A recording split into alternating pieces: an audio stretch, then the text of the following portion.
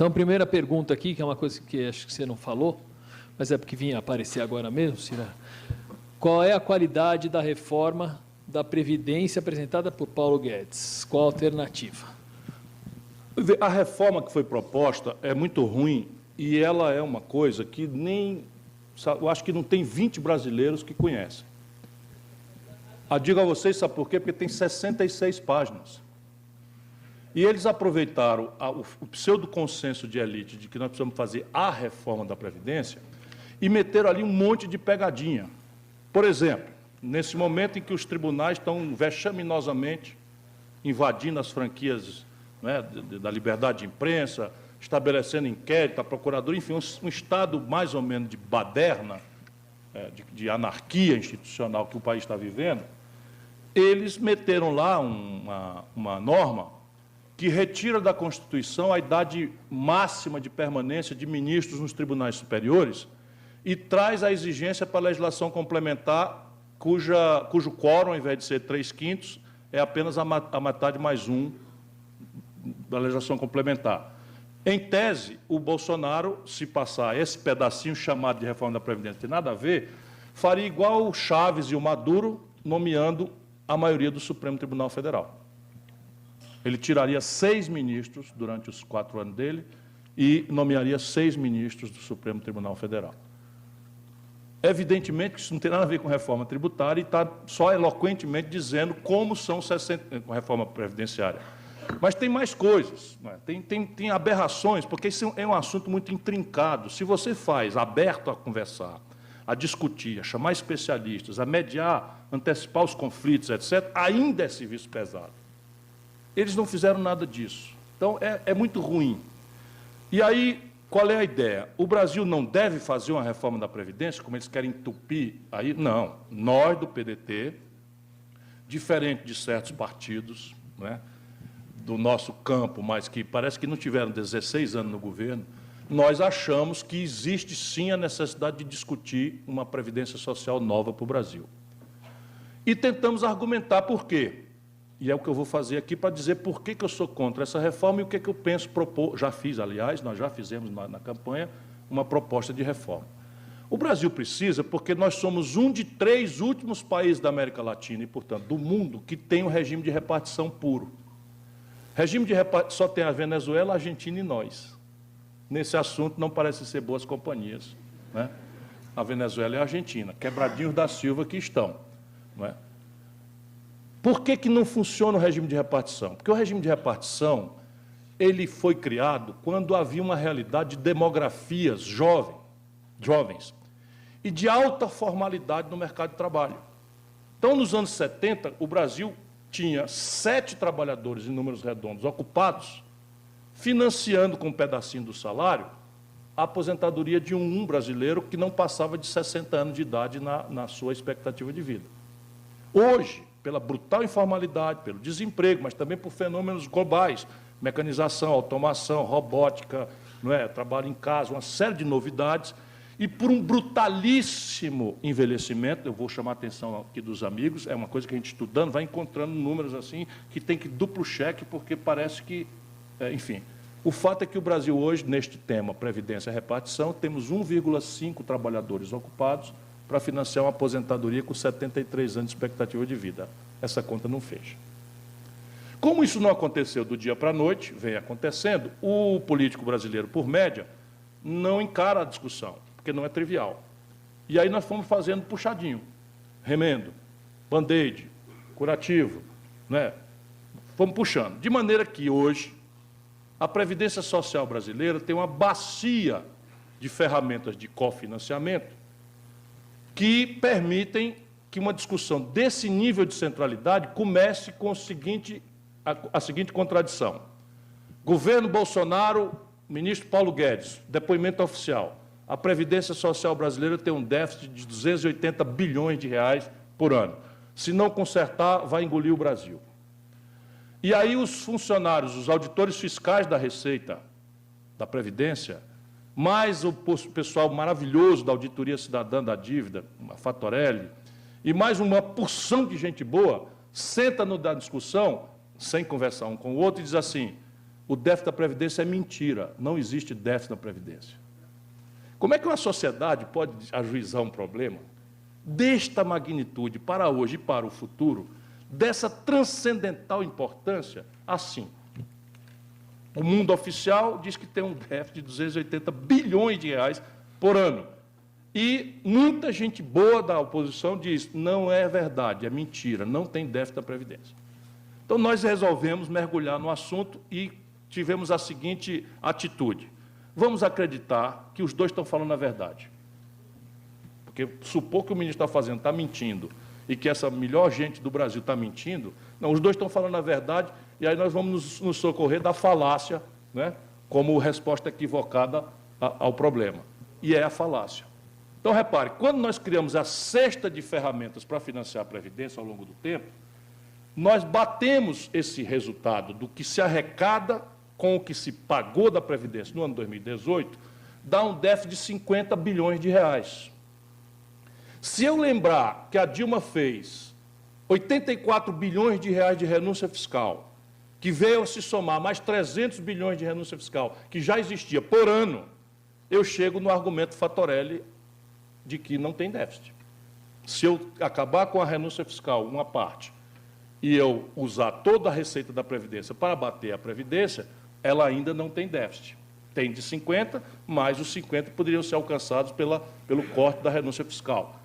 Outra falácia, pela cobrança dos grandes devedores que não recolheram. Este é um argumento que existe aí R$1 trilhão em termos nominais, a valores presentes, de valores a serem executados, mas, infelizmente, boa parte deles, a gente chamaria lá no Ceará, que foi amarrado no rabo de um veado e deram um tiro. E, assustado, o veado pulou na mata e foi-se embora. Não é? Então, esse negócio sumiu, não existe. Por exemplo, a dívida da Varig, a dívida da Transbrasil, a dívida da VASP. Então, são grandes dívidas que não vão mais ser liquidadas, porque não tem mais ativo, a dívida da Refesa. Mas, abaixo desses volumes, tem. Os mafiosos da JBS estão devendo, existe muito ajuizamento de contradição com os bancos. Enfim, não é trivial e com esse compromisso republicano do nosso judiciário, muito provavelmente esse dinheiro não vai ser o local de onde nós vamos achar a solução para isso. Portanto, nós precisamos de um novo modelo realmente de previdência, mas não tínhamos que discuti-lo assim. Como é que se explica o argumento Paulo Guedes? É que, desde o Fernando Henrique, se tiram 20% de todas as receitas criadas para o financiamento da Previdência para jogar no saco sem fundo do galope da dívida. Resultado prático é que essas receitas são 80% apenas daquilo que foram estimados.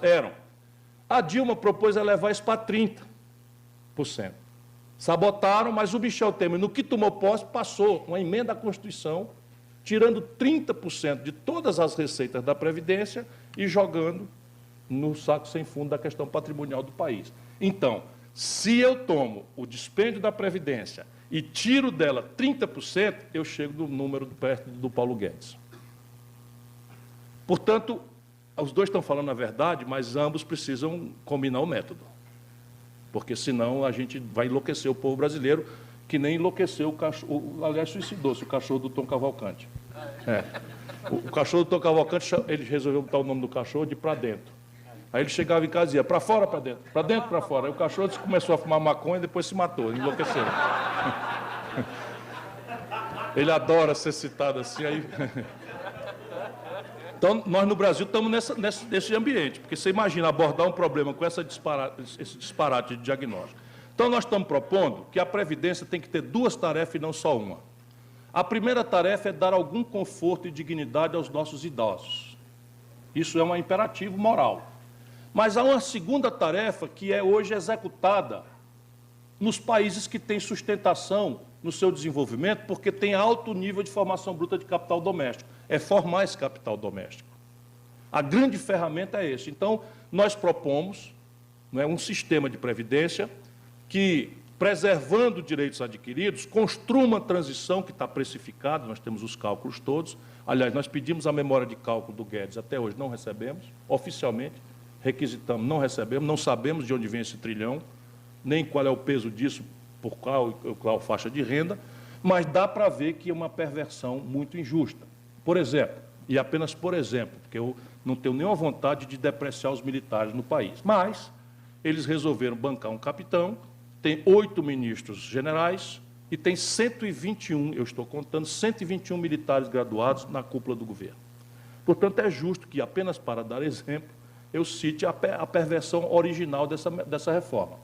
Quando nós segregamos o déficit da Previdência para os militares, eles gastam 47 bilhões de reais por ano.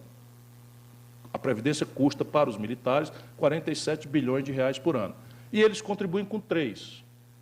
Portanto, o déficit segregado dos militares é de 44 bilhões de reais por ano. O que é que faz o Bolsonaro?